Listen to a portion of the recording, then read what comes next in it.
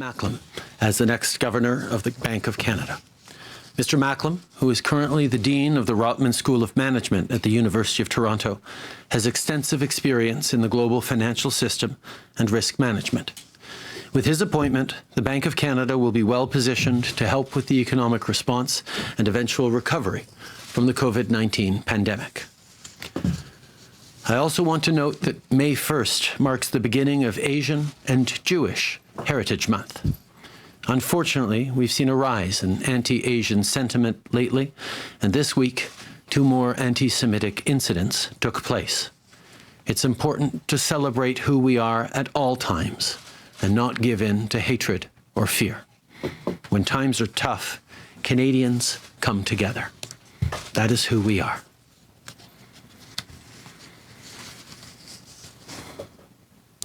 Le 6 décembre.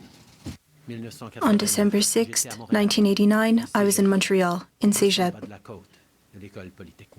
at the bottom of the hill to Polytechnic.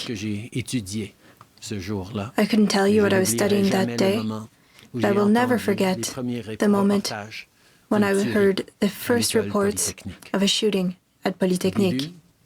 At first, I was shocked. I was 17 years old, and I couldn't understand that such an act of violence towards women could happen in a country such as ours, in a society such as ours. Every Canadian has their version of this story. Every one of us remembers the day when we realized that even in Canada, a man with a gun could irrevocably alter our lives for the worse. We remember how our sense of safety was shaken, how our worldview was changed. École Polytechnique, Mayerthorpe, Dawson College, Moncton, La Loche, La Grande Mosquée de Québec, the Danforth, Fredericton, and Cumberland, Colchester, and Hants counties, Nova Scotia. These tragedies reverberate still. They shape our identity. They stain our conscience. They make adults out of children. And the heartbreaking truth is they're happening more often than they once did. With each passing year, more families are ripped apart by tragedy. More parents are struggling to explain the inexplicable to their kids. And more teenagers are growing up in a world where gun violence is normalized.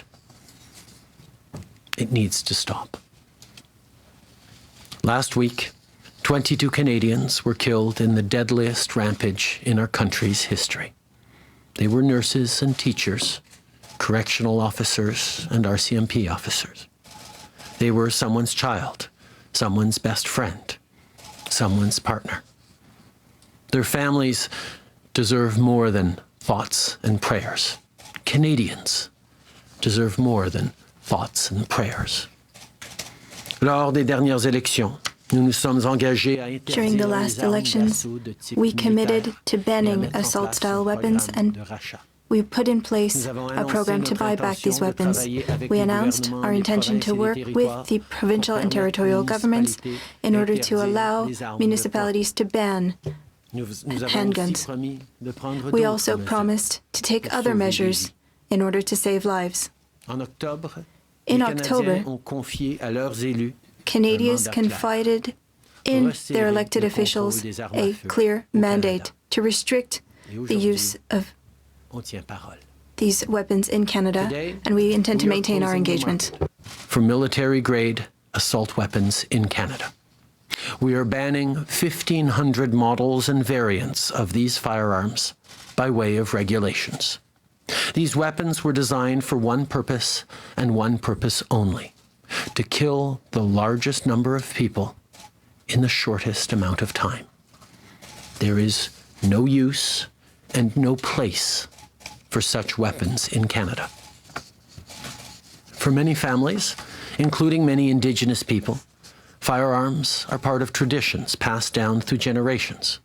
And the vast majority of gun owners use them safely, responsibly, and in accordance with the law, whether it be for work, sport shooting, for collecting, or for hunting. But you don't need an AR-15 to bring down a deer. So, effective immediately, it is no longer permitted to buy, sell, transport, import, or use military-grade assault weapons in this country. To protect law-abiding gun owners from criminal liability until they can take steps to comply with this new law, there will be a 2-year amnesty period, and we will legislate fair compensation. Now, I want to take a moment to recognize the leadership of Minister Blair on this file. Tackling gun violence has been a personal and professional priority of his for decades. He's done incredible work to make this policy a reality, and we are here today thanks to his leadership and to the leadership of people like him. Merci bien. Aujourd'hui, nous fermons. Today, we are closing the market on military-grade assault weapons in Canada. We are banning 1,500 models and variants of this type of firearm. These weapons were used for one goal: killing the largest amount of people as quickly as possible. They have no use and have no place here in Canada. Throughout the country, many people use firearms legally and responsibly for work or for hunting, but you don't need an AR-15 in order to shoot a deer. So, from this moment on, it is no longer permitted to sell, to buy, to transport, to import, or to use military-grade assault weapons in Canada. In order to protect responsible owners from criminal liability, there will be a 2-year amnesty period so that they can comply to these new regulations. We have the intention of tabling a bill in order to ensure fair compensation shortly.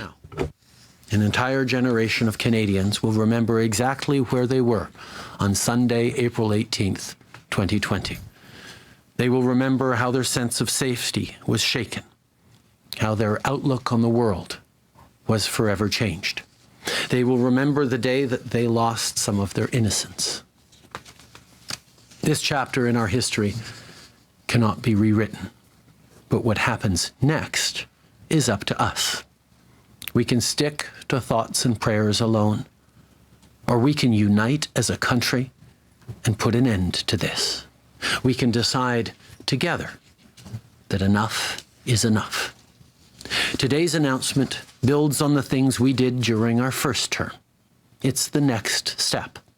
And there is more work ahead to implement this and pass legislation to further strengthen our laws. I've already spoken with the other parliamentary leaders, and I know that we will be able to work together and do even more to keep Canadians safe. Every single Canadian wants to see less gun violence and safer communities. So today, we take another big step forward. Merci beaucoup.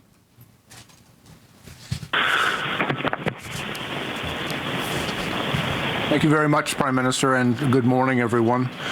Before I begin my remarks, I'd like to take the opportunity to extend my sincere condolences to the families of those that were lost in the helicopter crash off the coast of Greece on Wednesday.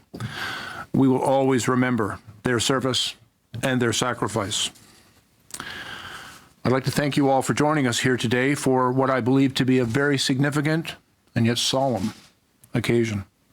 A few weeks ago, in the midst of the ongoing COVID-19 pandemic, Canada suffered its worst mass shooting in the country's history.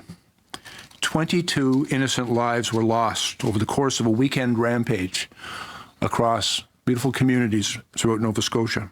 Canadians were shocked and they were heartbroken. And as we learned the identities of the victims of these terrible crimes, we were reminded of the tragic impact that gun violence can have on all of our communities, urban and rural, from coast to coast to coast. Mothers and fathers, sons and daughters, friends and neighbors were taken from us terribly, violently, and far too soon. And sadly, gun violence is not a new thing in our society, but it's made all the more deadly with the proliferation of firearms that are more powerful than ever before. Assault-style firearms, those that were not designed for hunting or sport shooting, but they have become more and more prevalent in our Canadian retail market. And for as long as these guns have existed, they have been capable of inflicting tremendous damage when they fall into the wrong hands. And for example, in 1989, 14 women were murdered at École Polytechnique in a horrific act of deadly misogyny. 17 years later, Montreal was shaken yet again with the shooting at Dawson College. In 2014, Moncton was terrorized by a criminal that took the lives of 3 RCMP officers. And 3 years ago, in January, in Saint-Foy, Quebec, a shooter killed 6 innocent Muslims while they were in prayer. Many of us have vivid and tragic memories of each of these events. They have become, sadly, a part of our history. These tragic moments when innocent women, worshippers, police officers, and innocent Canadians across the country have been killed by evil people wielding powerful guns. For decades, chiefs of police, advocacy groups, grieving families, and everyday Canadians have been calling for a ban of these types of firearms, guns that were designed for soldiers to kill other soldiers and not for recreational purposes, guns that belong on a battlefield and not on our streets, guns that were designed to kill people. They were intended in their purpose to kill people, and they have been used in Canada to kill innocent people. And for decades, Canadians have been calling upon successive governments for reform, for stronger gun control. And we have listened. And today we are taking action. Today, as the Prime Minister has said, we are announcing an immediate ban on over 1,500 models of assault-style firearms. And effective immediately, these newly banned firearms cannot be legally used, sold, or imported in our country.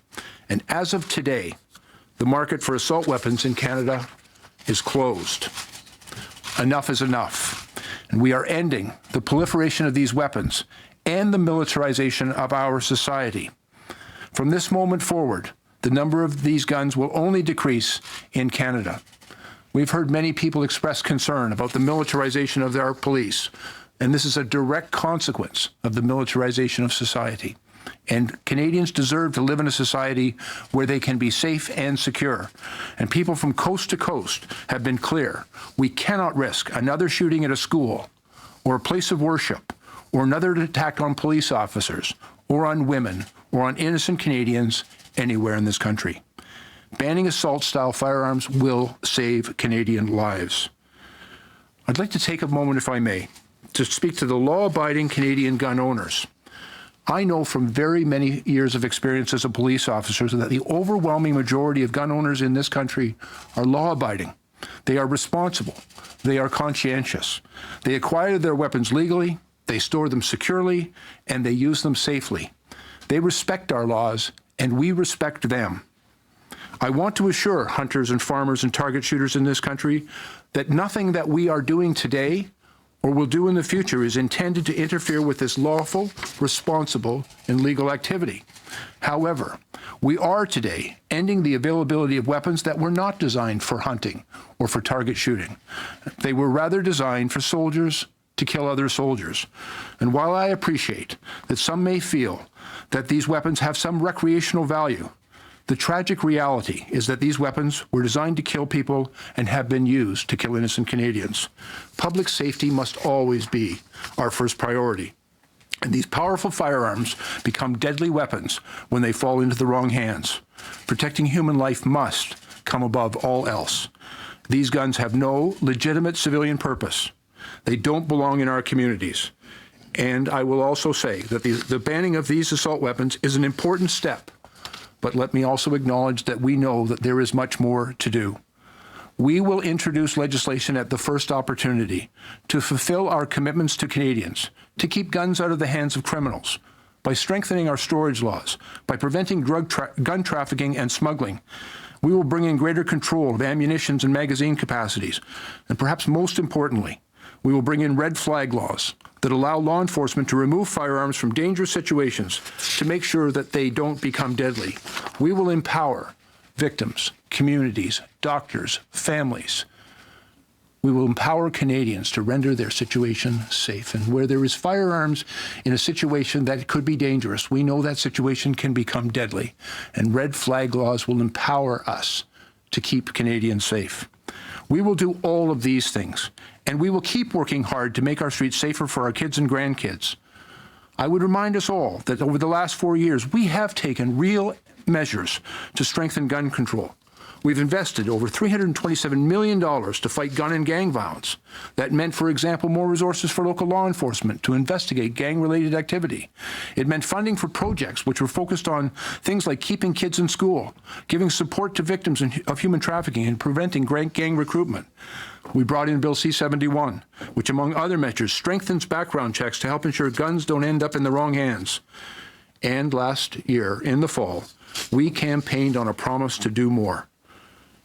Today, we are moving forward on our promise and our plan to deliver safer streets and stronger communities for generations to come. Canada can know a future with less gun violence and less tragedy.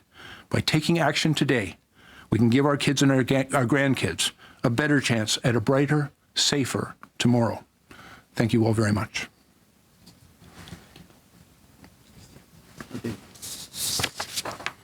Merci. Bon matin. Je suis fier d'être ici en présence du Premier Good morning. ministre et de mes collègues. I'm proud to be here with my colleagues and the Prime Minister to talk about important measures that we are putting in place.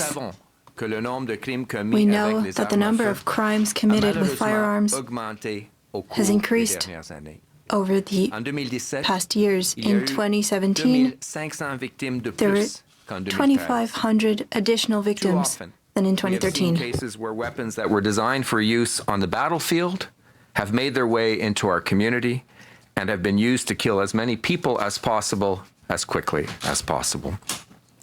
Minister Blair mentioned tragic incidents that live in the mind of all Canadians. Mothers and fathers, children, friends and neighbors whose lives were taken in senseless acts of violence. En tant que Montréalais, mais surtout en tant que père, as a Montrealer, but also as a father of 2 daughters and family member of a former Polytechnic student, I can tell you that the shooting of 14 young women in Polytechnic is very fresh in our collective memory, even 30 years later. We all remember Anastasia D'Souza, whose promising life was tragically cut short at Dawson College. La tristesse et la terreur que nous avons tous ressentis ont été We felt sadness and terror, and this allowed us to have a more strict regulation of firearms. The Firearms Act put in place new regulations in 1995. In 2019, Canadians gave us a clear mandate to act. As Minister Blair explained, today we are moving forward with this commitment by announcing an immediate prohibition of over 1,500 makes and models of military-style firearms. Ce sont des armes à feu de calibre militaire. These are military caliber, military-grade firearms that were created in order to have the most victims as quickly as possible. These weapons are effective immediately. We are, however, taking reasonable steps to provide Canadians with the time and guidance to properly and safely deactivate or remove these items from their possession. To do this, we are putting in place an amnesty order under the Criminal Code, beginning today and effective until April 30th, 2022. This amnesty period will give a lawful owner in possession of these newly prohibited firearms a reasonable time frame to come into compliance without facing criminal liability for unlawful possession. By the end of this amnesty period, all Canadians must be in compliance with the law. Il y a des règles claires sur ce qui est permis. There are clear laws on what is allowed and what is not allowed during this amnesty period. Anyone in possession of these newly prohibited firearms can no longer use them, even during the amnesty period. Secondly, these firearms cannot be imported or sold to individuals in Canada. Third, these firearms can be legally exported during the 2-year time frame with a valid export permit. In addition, a business owner may return the firearm to its manufacturer. Finally, these firearms must be safely stored in accordance with the law. They can only be transferred or transported for the purposes of deactivation, export with a permit, or surrender to police without compensation. Or if the person is not the owner of the firearm, to return the firearm to its rightful owner. There will be an exception for Indigenous peoples exercising a Section 35 hunting right, as well as those who use the weapon for hunting to feed themselves or their family. They may continue using firearms that were previously non-restricted for these purposes until a suitable replacement can be acquired. We are asking that no one attempt to surrender their firearm while social distancing because of COVID-19 is being practiced. As I have indicated, at the end of the amnesty period, all firearm owners will have to be in compliance with the prohibition. Le caractère d'une nation est défini par la The character of a nation façon dont elle réagit is aux defined tragédies. by how it reacts to Le tragedies. pays est uni plus que jamais. Our country Et nous is devons more united than ever, continuer à travailler and we need ensemble. to continue to work Les together. mesures que nous annonçons aujourd'hui The measures that we are interdisent les announcing armes à today feu les plus are dangereuses, banning the la most plus grande dangerous menace pour weapons, les communautés du pays. which represent C'est ce que nous the avions promis most de faire aux significant Canadiens et aux threat Canadiennes. to Canadian Et c'est ce que communities. nous That is what leur we promised ainsi to qu'à toutes les Canadians, victimes and qui we nous ont owe it to quittés them trop and tôt. to all of the victims who lost their lives too soon. Thank you. Bonjour tout le monde, Monsieur Hello le Premier everyone. ministre, chers collègues. Mr. Prime Alors qu'on Minister, lutte tous colleagues, contre la pandémie de la COVID-19, we're all la fighting Nouvelle-Écosse a été against le the théâtre de la pire COVID-19 fusillade de l'histoire de notre pandemic, pays. but Ces we 20 000 had personnes the innocentes qui sont tombées worst sous les balles d'un tireur sans shooting merci in our et sans country. cœur. 22 people D'un bout à l'autre du pays, died at the les hands Canadiens of sont a heartless recueillis en gunman. solidarité et ont Canadians partagé le poids du deuil de nos frères et de nos sœurs de Shared the Nouvelle-Écosse. burden Cette tragédie felt d'une by tristesse our inouïe nous a comrades in brutalement rappelé l'impact de la violence Nova armée Scotia, and we dans notre société. understand the impact of armed violence in our communities. And this is nothing new. But what is new, however, is that this violence is more violent because of the proliferation of guns that are more violent and more lethal. They have no use for guns or sport. These weapons can kill too many too quickly. In '89, there was the Polytechnique shooting. In 2006, Dawson. In 2014, Moncton.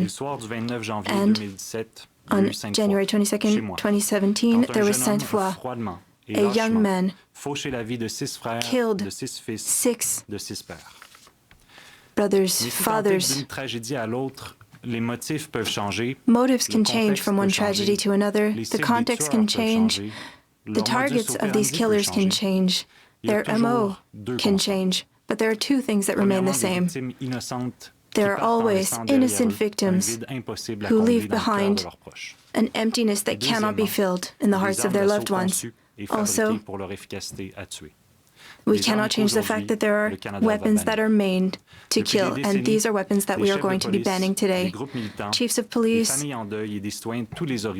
families, citizens have been asking for the prohibition of these weapons that were created for warfare and not for civilians in our communities. Today we are acting for the future. We are banning more than 1,500 types of military-grade assault weapons. Today marks the end of the market for these weapons. But before moving forward with this, we need to remind everyone that most gun owners in Canada are law-abiding gun owners and take all the measures necessary to ensure that their weapons are used and kept securely. However, these weapons are deadly quand elles tombent and entre les pose mains too great a malveillantes. risk Et que la when they sécurité fall into the du hands public doit of the passer wrong avant tout. people, and the safety of Les the mesures public qu'on met en place is aujourd'hui, paramount. The j'en measures suis that we are profondément putting convaincu, vont in sauver place des vies. today En will même save temps, lives. on sait bien qu'une interdiction We est une also partie de know l'équation that a pour ban is réduire a la part of violence the armée au equation pays. to Et qu'on doit reduce également s'attaquer à armed la violence violence armée in Canada. We qui passe par la also contrebande à la frontière, need to take le on trafic criminel d'armes de contraband poing, of these les gangs de weapons, of rue. On handguns. doit aussi We need to parallèlement take on investir dans la street gangs. prévention qui We passe need par to exemple par invest in l'éducation et par prevention. plus de soutien en And we santé need to have mentale. more Or, le education, more travail est support in commencé mental health. et on va le The continuer. work has started, and Le we are travail est going commencé to par des continue it. investissements de We started by 327 investing millions de dollars sur 5 ans pour $327 contrer la million violence over liée aux 5 armes à years feu et aux gangs de to rue. Le counter travail est commencé gang par and l'adoption gun de violence. C71, We will qui be améliore adopting entre autres la C71 vérification des antécédents des acheteurs that pour veiller à ce que les armes ne verifies tombent the pas criminal en de mauvaises history mains. of buyers to make sure that weapons Le do not travail fall se into the wrong poursuit hands. avec un pas de And today, plus, we are un pas going one majeur, step further, un pas one historique significant qui va step sauver further, a des vies historic et step qui va further rendre that notre will société save plus sûre lives et and make sécuritaire our pour tous. societies safer Merci. for all. Thank you. Good morning. I grew up on a farm in northern Alberta. We had guns on our farm, and we still do, as on many farms across our country. If there were bears around, my dad would keep a gun in his truck. And sometimes he'd hunt prairie chickens on his way home for supper. And you know what? Neither my dad nor any other farmer I knew then or have known since owned an assault rifle or an assault-style rifle. And that's because those weapons are not for hunting. They aren't for shooting a prairie chicken or scaring off a bear. They're designed for only one purpose: to kill people and to look like they can kill people. Lorsque nous réfléchissons au massacre When we de reflect 14 femmes à l'école on polytechnique, the massacre of the 14 women la fusillade at au collège Polytechnique, Dawson, or the shooting at Dawson, à l'horrible or tragédie at the qui a horrible eu lieu tragedy à Portapique, that en occurred Nouvelle-Écosse, in il y a Nova 2 Scotia jours, at Portapique ça renforce notre 12 days ago. détermination.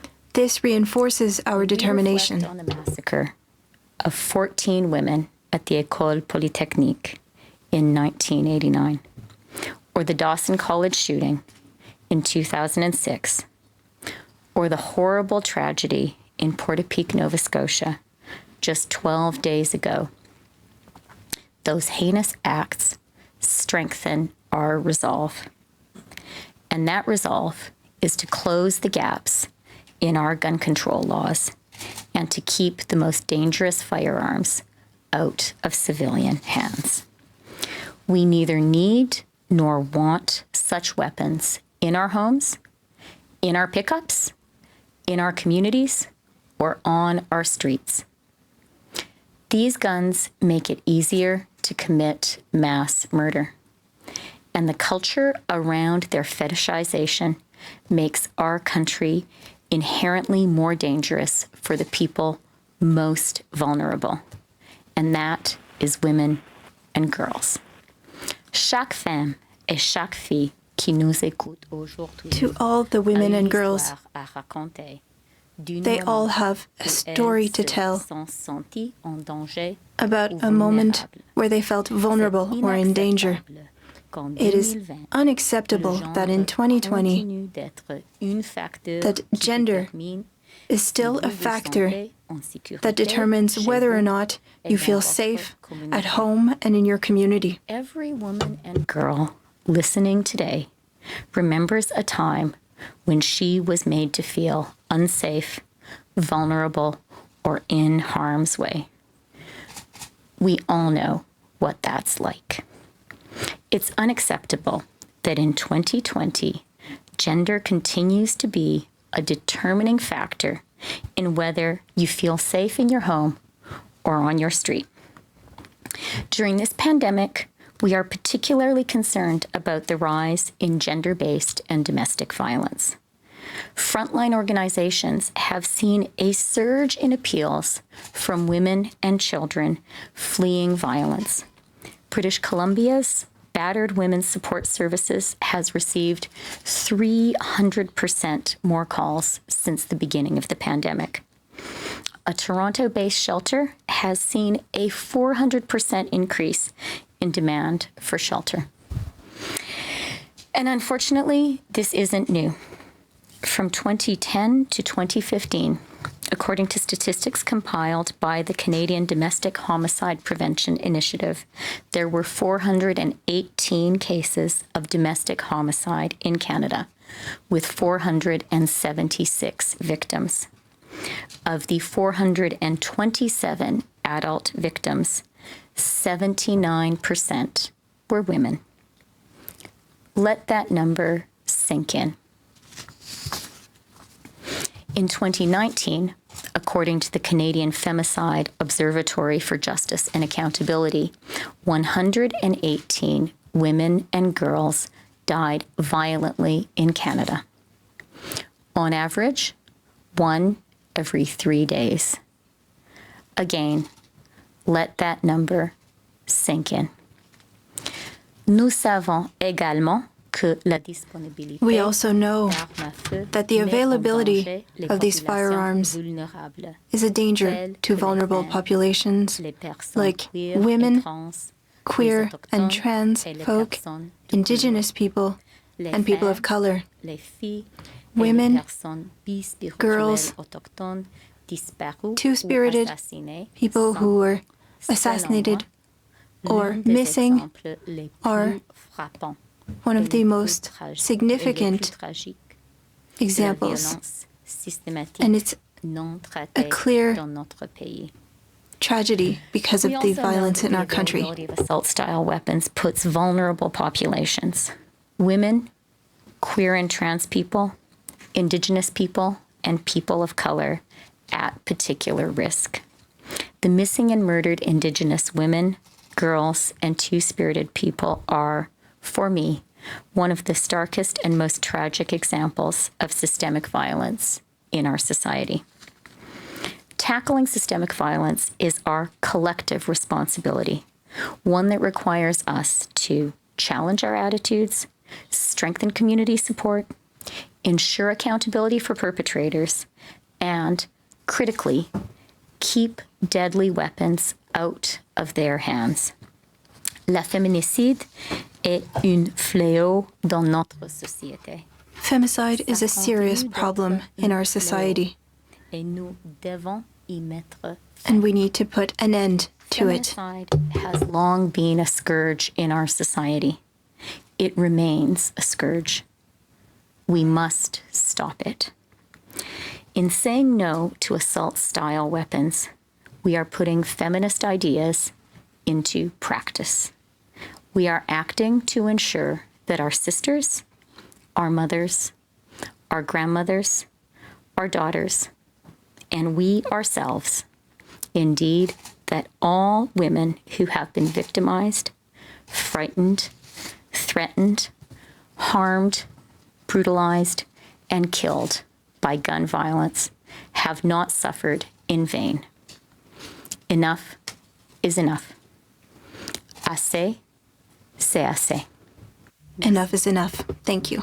Merci beaucoup, Madame la Vice-Première ministre. On va passer Thank à la you. période de questions en commençant par le téléphone aujourd'hui. Question period, Opérateur, c'est à starting with the phone. Thank Operator? you. Merci. Première question, Michel Lamarche, TVA Nouvelles. À vous.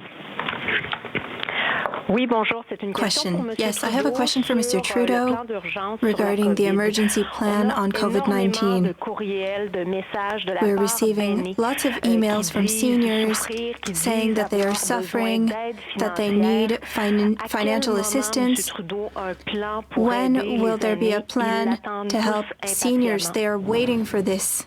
Protéger les plus vulnérables dans cette Protecting situation de crise the most a toujours vulnerable été une de in nos this grandes crisis priorités. has always Et nous been one of reconnaissons our à quel point priorities. les aînés sont And plus we vulnérables know à la COVID-19. that seniors are more C'est pour ça, vulnerable to dès le début, on a pris COVID-19. des mesures That is pour why, from the aider, beginning, nos we aînés, took mais measures to effectivement, help nous our avons seniors, plus à but faire. indeed, Nous we do travaillons have avec, more to les do. autres partis We et are avec, working with the other parties, les gens du milieu and we pour are working assurer qu'on puisse with envoyer people de in the l'aide field aux in aux order aînés les to plus send vulnérables. help to Et the on va le most faire bientôt vulnerable seniors, and we will be doing so shortly. Protecting the most vulnerable has always been an essential element and the core of our response to COVID-19. And obviously, our seniors, our elders, are particularly vulnerable to COVID-19. That's why we put forward a number of measures from the beginning, but why we will continue to work on supporting our vulnerable seniors. Donc, une précision là-dessus. Est-ce qu'on peut So, another question. Can we expect a plan next week? And I have a question regarding the CERB. There are companies that aren't finding people to work because people are continuing to apply for CERB. It is more beneficial for them. Are you going to try to do something to help these entrepreneurs? Answer. Our priority is to ensure the health and safety of Canadians against COVID-19. That is why we put in place measures to encourage people to stay home, to protect themselves, and we want to protect our healthcare workers. We want, through these measures, to regain control in our country. Our next steps will be to examine how to reopen the economy, and we want to make sure that people can work safely, and we will do so. Thank you. Operator, next question. Thank you. Merci. Next question, Charlie Pinkerton, iPolitics. Line open. Good morning, Prime Minister. Will you explain how what your government is announcing today, how it will implement it without passing new legislation through Parliament? What is being done today is being done entirely through regulations. That is a tool we have. But to move forward on the next steps, including an eventual buyback program, we will need to move forward through legislation in the House, and we will be adding further measures to that as well. I have spoken with all other parliamentary leaders, and I am confident that we will have the support necessary to move forward on strengthening gun legislation in this country when the time comes for us to move forward on legislation other than COVID-19. So if it can do what it's doing today without legislation, why was your government not proactive instead of reactive, and why did it not put these in force earlier? I will turn to Minister Blair to answer that, but we were ready to move forward about a month ago. We had been planning to do it in the late weeks of March. Obviously, COVID became a priority for all of us, particularly the Minister of Public Safety, who was concerned with borders, concerned with public safety on multiple levels, and we focused on that. But obviously, it remained and remains a priority for us to move forward, and that is why we are moving forward today. Bill? Yes, Prime Minister, just to explain, there was a great deal of work that needed to be done, even though this is accomplished through regulation. We've been working very closely with the Attorney General and the Justice Department in the drafting of those regulations. There were a number of very significant issues to be addressed. We are all highly motivated by our commitments to keep people safe, and certainly the tragedy 12 days ago just deepened our resolve to move forward as quickly as possible. But we have been working quite diligently over the past several months in order to draft the regulations that bring forward these measures today. And as the Prime Minister has also indicated, there remains a great deal more work to do. And so at the very first opportunity, we'll be bringing forward legislation that will complete the work that we begin today through regulation by facilitating, and Parliament will determine, a number of different important measures on how we can move forward, as the Prime Minister has indicated, with a safe, effective, and responsible buyback program, but also enable us to take additional measures that will significantly improve public safety, strengthen gun control regulations. This today is a very important first step, and it's a step that we have been working on over several months.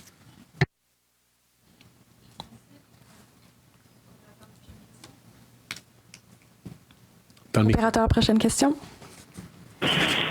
Thank you. Merci. Prochaine question, Catherine Lévesque, La Presse canadienne. À vous. Oui, bonjour, Monsieur Question. Trudeau. Yes, hello, Mr. Trudeau.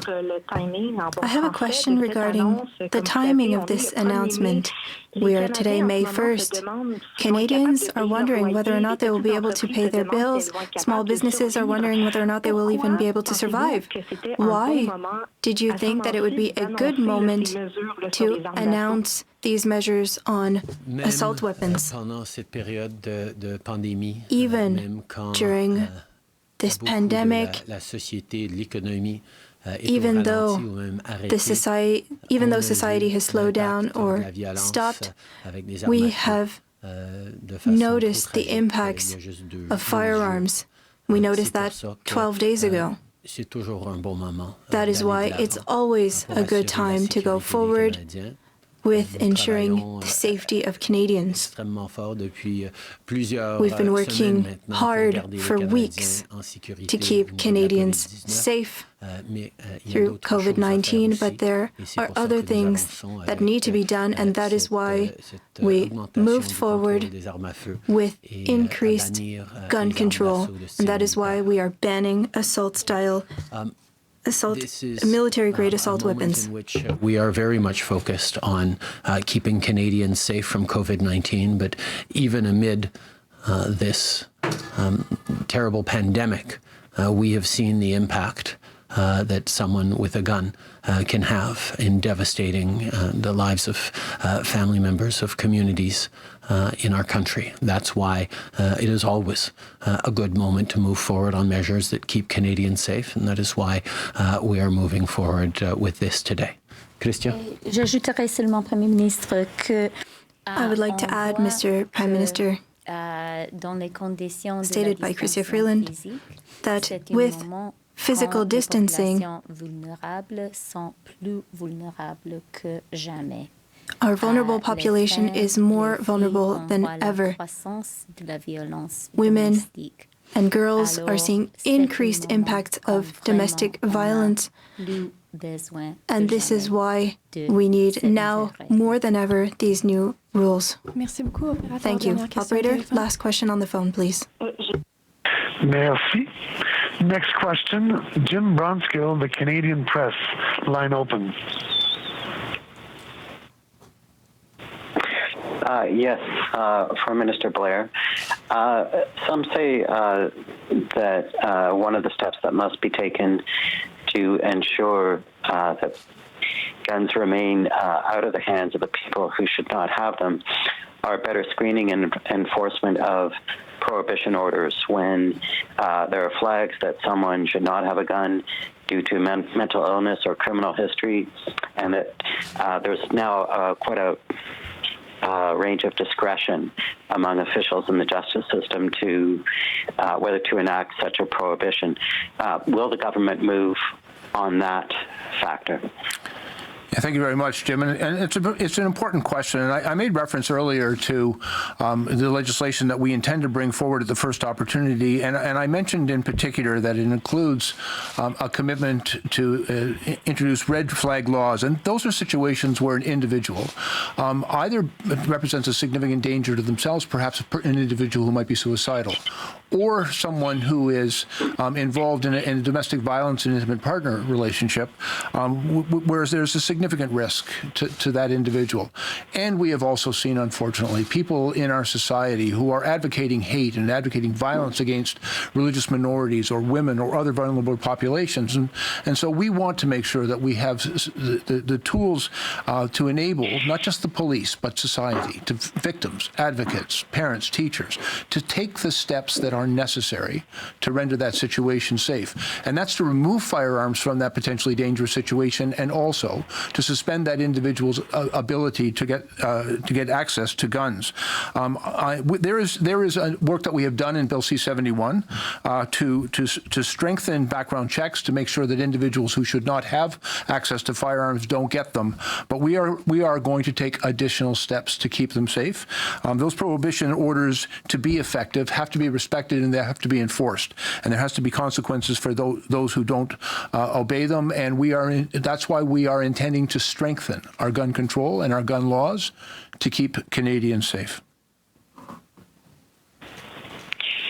just a quick follow-up. There's been some discussion about how the C-71 provisions, some key elements have not yet come into force.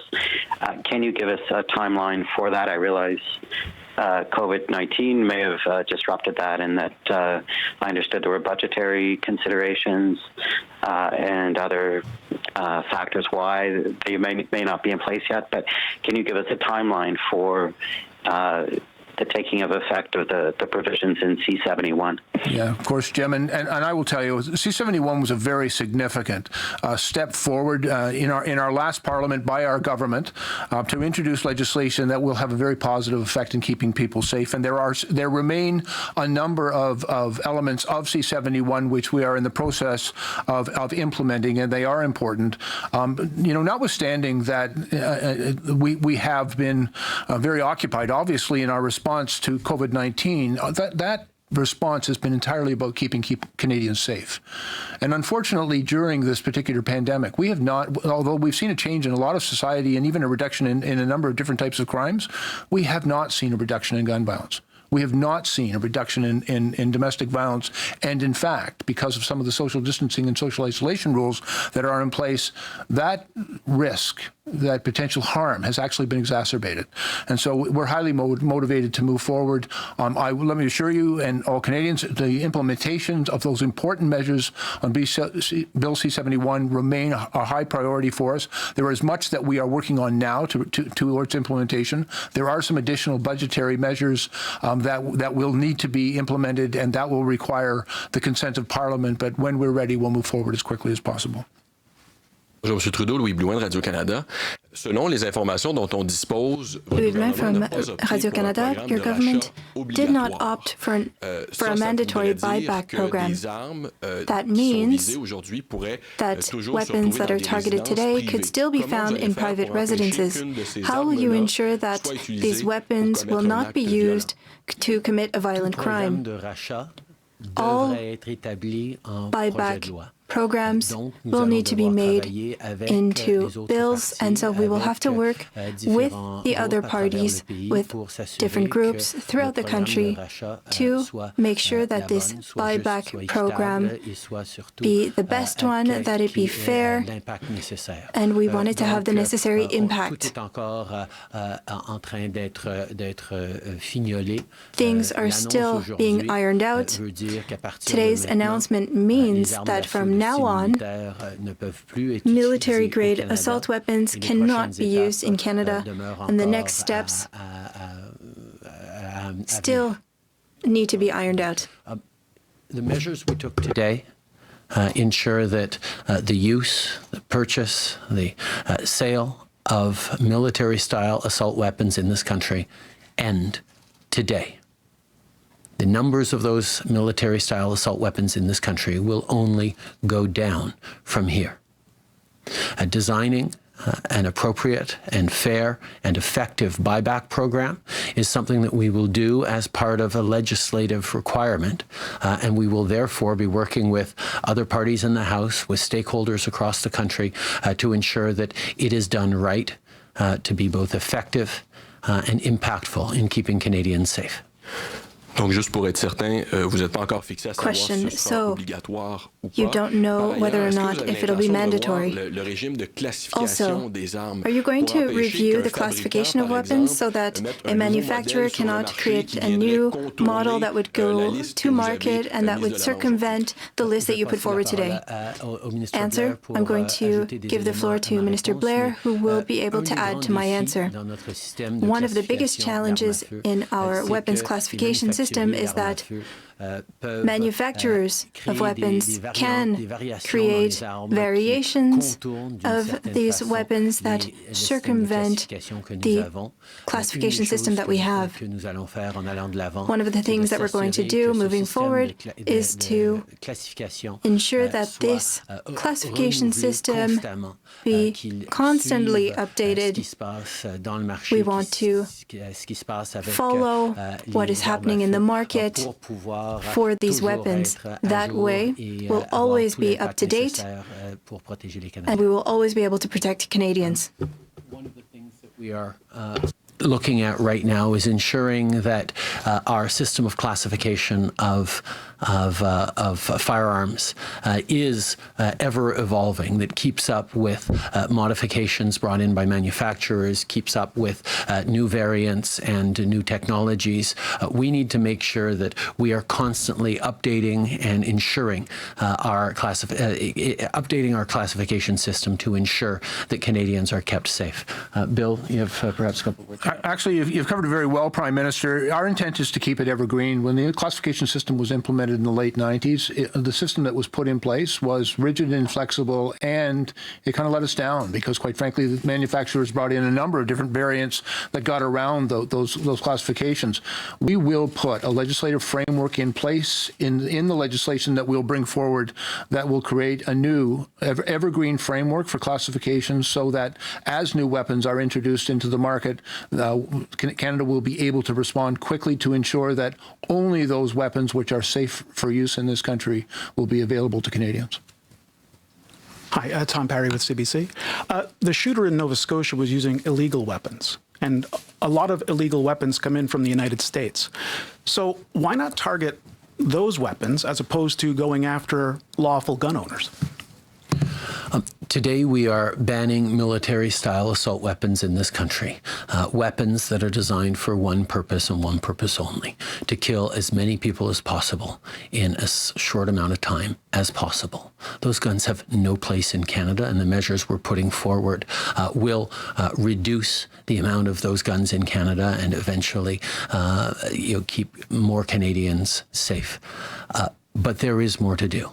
There are more measures to take, and we look forward to moving forward on those. And for those, I'll turn it back to Minister Blair. If I may, first of all, the responsibility for identifying the weapons that were used in Nova Scotia is with the RCMP, and the release of any information pertaining to those is theirs. But I can tell you that every firearm begins legally and then moves into an illegal market.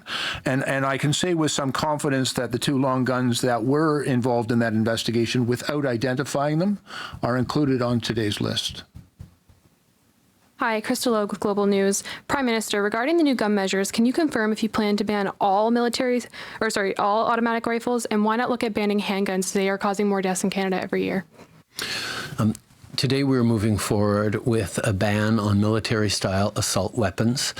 We have established criteria that cover about 1,500 models and variants of those guns that are in Canada or available to Canadians. This will make sure that we have safer communities as of today and in the months and years to come.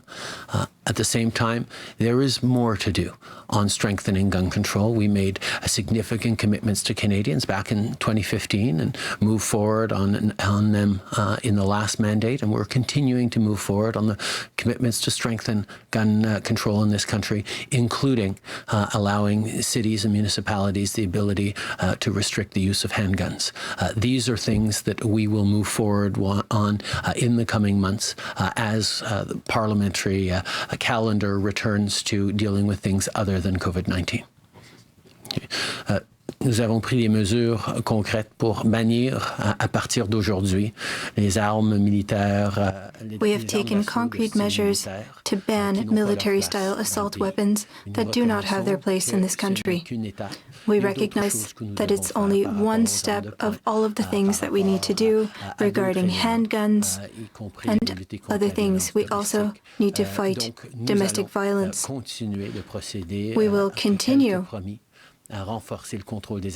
to increase gun control in this country, and in order to do so, we will need to go through Parliament, and we will do this work once the government is able to focus on something other than COVID-19. CTV National News. You talked about this 2-year amnesty period for people, law-abiding gun owners, to give back these guns on this list. Does that mean that Canadians that don't comply would be fined or arrested? And how much will you compensate people that give back these firearms? Bill? A couple of questions, and I think the Attorney General could probably give you the details of the amnesty. But essentially, it's a non-permissive amnesty, which as the Attorney General has already explained, would allow a person who lawfully acquired these firearms to continue for a 2-year period to retain possession of them. But during that 2-year period, they can't use them. They can't go hunting with them. They can't take them to the range and shoot them. They can't sell them or transfer them. It is very restrictive on what they can actually do with the weapon, and it will have to be stored securely in a properly and approved vault during that period of time. The 2-year period of amnesty enables us to bring forward legislation that with a safe and effective buyback program that will allow those individuals who lawfully acquire these things. One of the things we're trying to avoid, the Canadians who purchased these guns did so legally. And we did not want to create a situation by prohibiting them all moving forward of putting those people in criminal jeopardy. And so we have implemented a period of amnesty to allow us to bring forward legislation and a program that will enable those Canadians who originally purchased these guns to dispose of them and not to put themselves to be placed in a position of criminal jeopardy. You know, as I said, we respect Canadians who obey the law, and the law quite appropriately is now changed. And so we will do the work necessary and work with them to bring them into a lawful situation, and for all Canadians, a safer situations by the elimination of these weapons in our society. Thank you. The standard criminal code provisions still apply. This is a regulation that derives from the criminal code. So the same structure, fines and penalties that exist for other firearms violations exist here. That hasn't changed. The amnesty is also a regulation that does give that non-permissive period where one can, in a very limited way, transport the weapons for certain reasons, but otherwise can't use them. Compensation? That will be determined, as we've said, through a buyback program that we'll have to do through Parliament. I mean, that requires a budget, that requires a law, and so we will require the usual parliamentary processes and safeguards, I might add, moving forward, again, with the cooperation and collaboration of our partners in the House of Commons. It's May 1st, hard to believe, but it is May 1st, and rent is due for Canadians across the country. We know that the CERB has helped many people, but they have to choose, especially in big cities, Prime Minister, between do I pay my rent or do I get groceries this month? It's just not enough. I know this is provincial jurisdiction, but your government has stepped in for commercial renters here. Is there anything more you can do to help regular Canadian renters out there who can't pay their bills today? From the very first, our focus through this COVID-19 crisis has been ensuring that Canadians who are vulnerable because of a loss of a paycheck or loss of a job, who don't have money coming in to be able to pay their rent or pay their groceries, get a reliable source of income. And that's why we move forward with the Canada Emergency Response Benefit. That's why we are moving forward with the Canada Emergency Wage Subsidy, so that people actually can rely on money coming in to pay their everyday needs, which include groceries and rent. We have moved forward with commercial rent support for businesses because businesses, we need them to be able to come back strongly after this pandemic is through, or after this phase of the lockdown is through. But we recognize that this is a difficult time for everyone, and we are looking to try and help. But the CERB and the wage subsidy will go a significant distance towards helping many, many Canadians get through this difficult time. Sure. Christian? Yeah, the only thing that I would add, it's a really good question. And I think it's also important for landlords to understand that these are exceptional times in our country, and now is a time for all Canadians to stick together and support each other. So if you have a tenant who has lost income because of coronavirus, now is a time to be really compassionate. That is the way that you support your neighbors and your country in this difficult time. And it's also a time for banks to be really thoughtful about the mortgages that those landlords have to pay. We're going to get through this, and we will get through it by supporting each other and acting together. Marika Walsh with the Globe and Mail. Prime Minister, we know that the federal stockpile did not have adequate supplies of personal protective equipment. I'm wondering what Canadians and medical workers should be able to expect from the stockpile for the next pandemic. The national stockpile is in place to supplement the stockpiles that provinces need to have across the country to deal with emergencies that could arise. As we've seen through this pandemic, both at the provincial level and the national level, we should have had more. We needed to have more. That's why we've been working so incredibly hard over these past weeks to source personal protective equipment and necessary medical supplies from around the world. And we have largely been successful in meeting the need of Canadians right across the country. But it took an awful lot of scrambling, an awful lot of effort that ideally wouldn't have had to happen. So there are certainly lessons to be learned going forward as we ensure that stockpiles are adequate, both at the provincial and the federal level. And that will be certainly one of the things that has been learned through this pandemic. On top of that, in terms of domestic procurement, we are seeing local manufacturers, domestic manufacturers, step up in significant ways to ensure that we have the equipment needed, not just for medical professionals on the front lines now, but as we look towards a reopening economy that will require more PPE across many sectors. So what does that actually mean as for your federal commitment? Does that mean you will stockpile it for a certain number of weeks going forward? Will you mandate this? Will you put it into legislation? What are you actually committing it will look like going forward? Right now, our commitment is to help Canadians going through this pandemic right now with the equipment they need, with the support they need, and our focus is entirely on filling those needs as quickly as possible. There will, of course, need to be very careful reflections about how we make sure that if this ever happens again, we are much better prepared. That is something that we are all going to be committed to. It is something that Canadians will expect and something that this government will do. Merci beaucoup. C'est ce qui m'a fait la conférence de presse d'aujourd'hui. Thank you. That concludes today's press conference. Thank you. Okay, and that is the Prime Minister of Canada, accompanied by a number of cabinet ministers and the Deputy Prime Minister.